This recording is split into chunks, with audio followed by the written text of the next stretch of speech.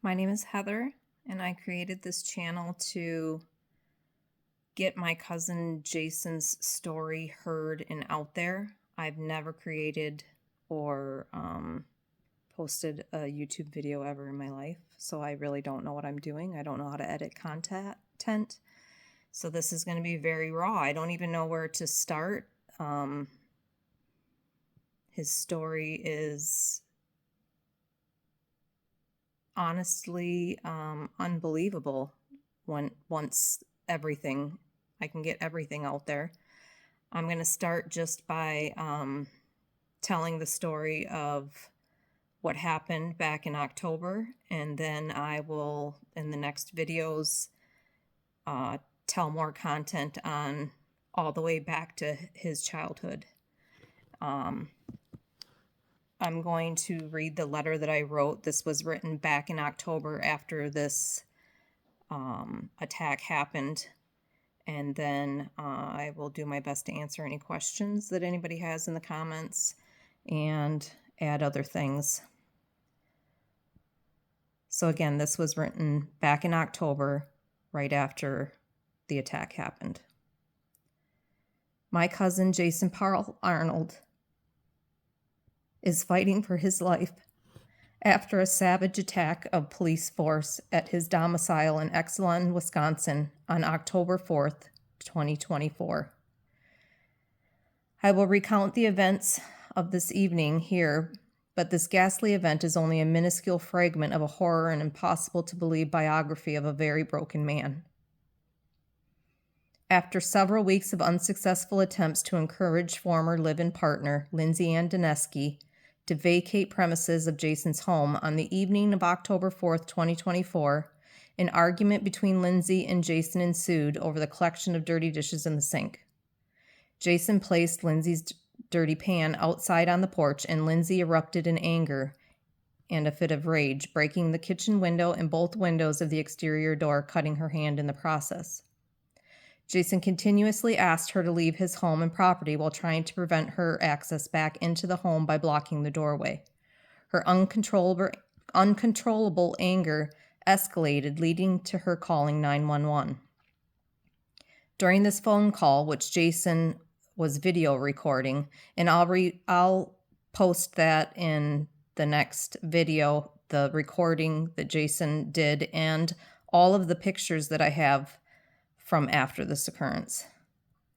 During this phone call, which Jason was video recording, she made erroneous accusations that Jason attacked her, causing the injury to her hand, stating that he has illegal guns and that he has her held hostage. Jason is hollering in the background, "You did this yourself, Lindsay. You broke 3 windows out of my house." She acknowledges during the call that she did in fact bust out the windows, stating, "Because you threw me outside and started hitting me."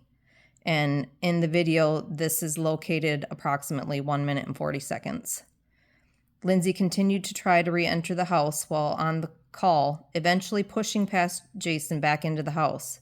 With her shoulder in his hand, he steered her back through the doorway, while she continuously hollered that, "He's attacking me, help me, he's hurting me, guys." And that's located in the video approximately 2 minutes and 37 seconds. She eventually then left the property, and Jason called me. While we were talking on the phone, he said, "Holy shit, sis. The cops are here and they're coming out of everywhere." Frightened of what was going to unfold, I began screen recording our phone call. Sirens blaring in an unintelligible voice from a megaphone or speaker, an officer called Jason's phone. Afraid and not wanting to disconnect the line with me, he did not answer. I then called 911 with another phone in my house to act as the mediator and was connected with a female officer. I placed both phones on speaker so all parties could hear each other. The officer told Jason to go outside so the officers could speak with him. He said, "No, you have my house surrounded and I'm in fear for my life." I asked the officer if I could send the videos that Jason recorded during the 911 call to the number she was calling from. She said yes, and I did. However, the file was too big to be sent as a text message. I then asked for an email that I could send it to, and she stated that she did not have one. I asked for an email address an uncountable number of times throughout the evening so I could provide the videos. An address was never available. At some point in the evening, the videos were put on a Dropbox, and I texted a link so they could access the videos.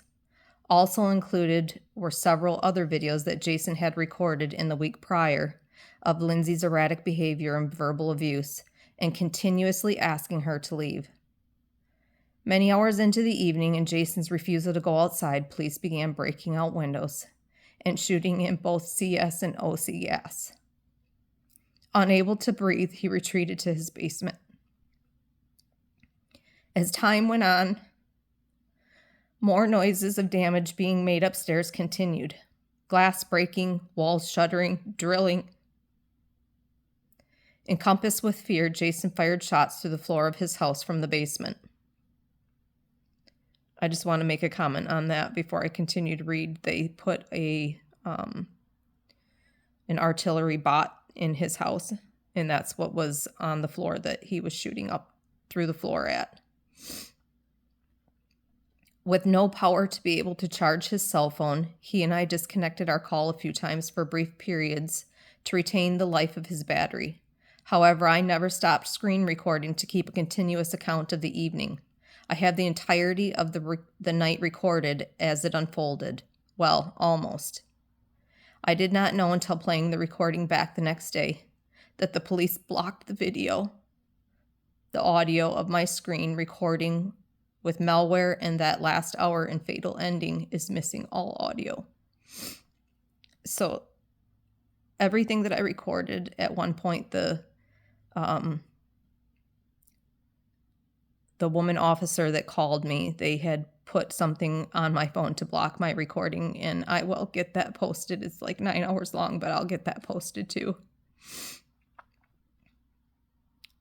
I'm going to back up just a little. I did not know until playing the recording back the next day that the police blocked the audio of my screen recording with malware, and that last hour and fatal ending is missing all audio.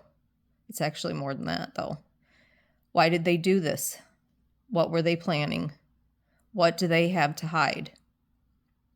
I know this is factual. They did this to the audio, as I still cannot now screen record audio on my phone. I actually had to get a different phone.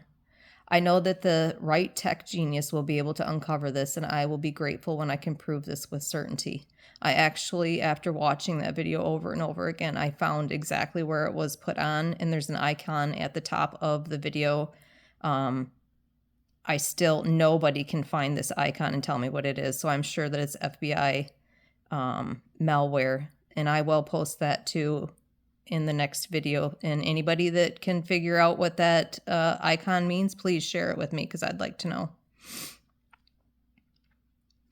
I could hear in Jason's voice and words that he was emotionally exhausted. With no power to keep the charge on his phone, no blankets or way of keeping warm, and the growing concern of his dog's well-being, that in the confusion of the gas did not follow him downstairs, he told me he had to check on her. He couldn't abandon her, and she didn't deserve all of this. Making the decision to go upstairs and check on her with great sadness in his voice. I don't know how this ends, Sissy, but I'm pretty sure they're going to kill me. Please find my boys. Tell them how much that I love them and that I never stopped. God, tell them I never stopped.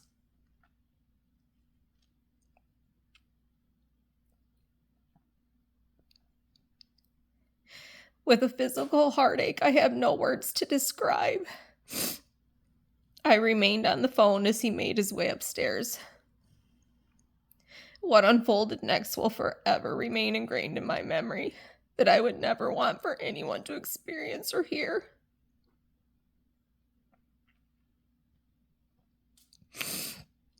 Oh my God, Sissy, she's okay. Cuddles is okay.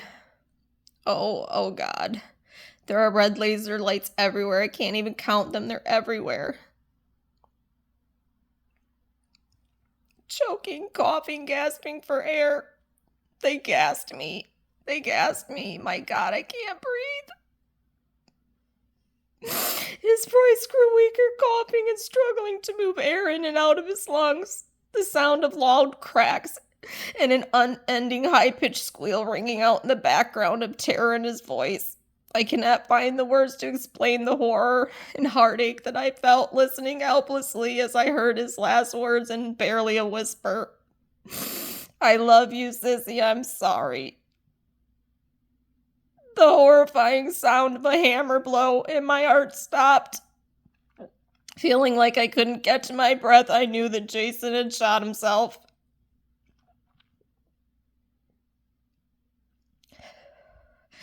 Listening to the other end of the receiver and hearing the gurgling, oh my God, that sound. The gurgling and small breaths escaping in between the gurgles through the sound of my own screaming. I knew that my heart was forever damaged and Jason was gone.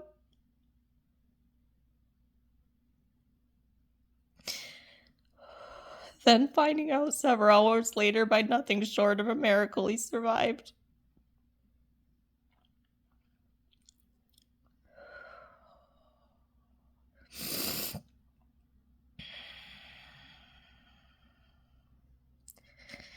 When I went to Jason's home to assess the damage of the OC gas, CS gas, and broken windows, I was not prepared for what I found.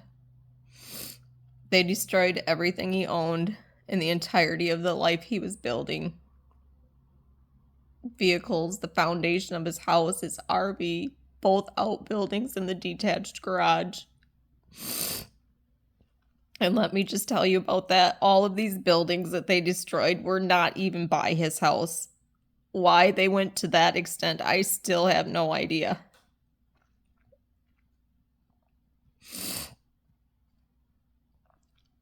Attached, I have created a timeline with the hopes of seeing the events in order. You will want to ask questions, and I might have an opportunity to provide details of prior events that I know even my words cannot draw a picture that will allow anyone to fully understand and feel the depths of trauma and pain that Jason has had to bear throughout his life. His survival through all is more than several humans together should not have to endure in a lifetime. From being removed from his mother for depression and mental illness several times, suffering with depression himself due to these removals, which caused him to attempt to take his own life at a young age, trauma that came from the inpatient stay after his suicide attempt, finding his brother in a tent after he took his own life, finding his mom on the hallway floor after her attempt to take her own life, and several years later finding her on the kitchen floor after she succeeded. After all the traumas of his childhood, Jason met Christy and they began a life and started a family. 2 beautiful boys, Carter and Aiden. Jason still struggled with emotions of his past and depression, but life was finally providing him happiness and a deep love with family he revered. I so much want to go into detail about each event that came before this horrific night that has left Jason fighting for his life, but the pages would quickly turn into a book. Jason has made poor choices in his adolescence, which he fully owns. But even after all the heartache and traumatic events that he has survived through, he has never, not one time, ever hurt anyone else, period, ever. The monster they depict when you read about him in the press is not who he is. He is a very broken man with an impossible-to-believe traumatic past that misses his sons, and an unstoppable love for them that needs your help. Prejudgment, fear, or both have discouraged us from finding someone to challenge the authorities and know Jason's truths. I ask you to dig deeper with the evidence that I can provide for you. Look at, examine, pull apart, and see between the lines of the deceit they depict and help the world know Jason's story. If you have listened this far, from the bottom of my heart, thank you. I'm going to do my best to keep posting videos, to keep telling his story, to go all the way back to the beginning. You can look him up, and I can tell you that what you will read in the papers are not who he is. His name is Jason Arnold. You can look him up in this whole event that I just read to you about back in October in the excellent Wisconsin papers. I